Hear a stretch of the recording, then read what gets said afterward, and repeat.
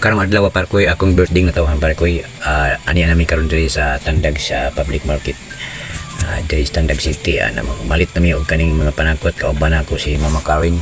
Ang nagpalit na pud mi og gusto kay para among kilawon kay wapo kaning gusto mga kapari ko'y. Og apila na pud namo og kaning makinhason nagubang pa diha nga isda, tulingan ug pang manok karni diha kay para among dalhon dito sa suba kay dito may mga ligo kay ako mang birthday karon dito may magsalo-salo sa akong pamilya. Og giapilan po nako og mga pasayan mga kaparikoy kay gana kay ning mga pasayan ba tag sila man tanim kaon kay medyo mahal man ni.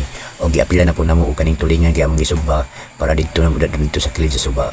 Og karon di namin naron nagtipok-tap na midri adapit. Og salamat po kayo kang Crazy Boy sa iyang gihatag sa akong kuan kaning patoy sa kabuok. O salamat po sa naghatag og cake sa ako si Ate Iris. Salamat rin sa imong regalo sa akong cake.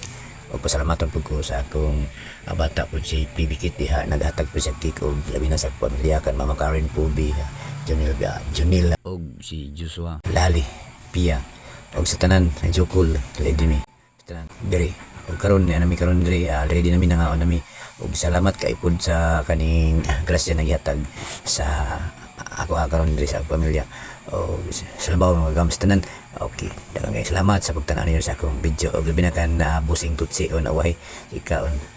Tapos na mo kaon tagay-tagay na mi karon may red horse na may pundador o lami kay mo ligo-ligo na dayon mi. Og salamat kayo sa pagtan-aw sa akong video.